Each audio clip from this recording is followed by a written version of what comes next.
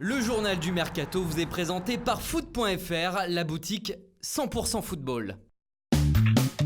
Bonsoir à tous. On commence ce journal du Mercato du côté de Marseille. Malgré l'intérêt de Valence, Florian Thauvin compterait rester à l'OM et pour encore quelques temps. En effet, il souhaiterait ne pas prendre de risques en vue de l'Euro 2020. Il pourrait même rester jusqu'à la fin de son contrat à l'été 2021 afin de profiter de son statut d'agent libre. Un plan qui ne devrait pas vraiment être du goût des dirigeants phocéens. À Paris, en cas d'un potentiel départ d'envergure, Leonardo plancherait sur plusieurs options pour se renforcer et un nouveau nom a fait son apparition dans la shortlist. Il s'agit de Mauro Icardi, indésirable à l'Inter. Le PSG pourrait proposer 60 millions d'euros, mais les Nerazzurri en demanderaient au moins 20 millions de plus. Une arrivée qui ne pourra se faire a priori qu'en cas de départ de Neymar, un dossier qui agite toujours autant l'Espagne. Le Barça fait tout pour le faire venir et attendrait un geste de sa part, notamment pour se rassurer face à la menace du Real Madrid en embuscade.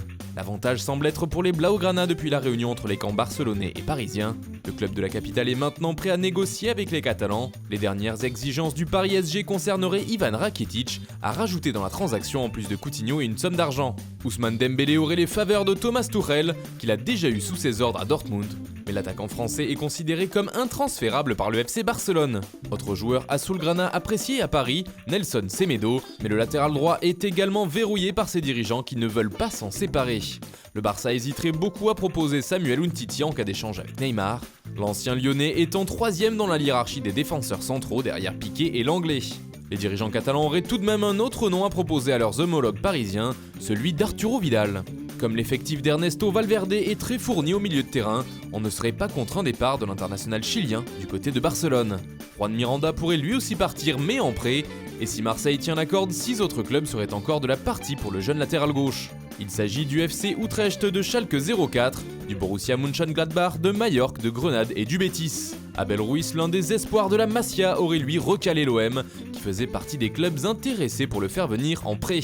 Le club de Galatasaray a annoncé ce mercredi avoir débuté des négociations avec l'AS Roma au sujet de Steven Nzonzi. Selon nos informations, les discussions entre les parties se trouvent dans leur phase finale. Les différents protagonistes travaillent sur un prêt sans option d'achat. Le club turc prendrait en charge l'intégralité des émoluments de Steven Nzonzi. Et puis c'est officiel, l'AS Nancy-Lorraine a enregistré la venue de Grégoire Lefebvre.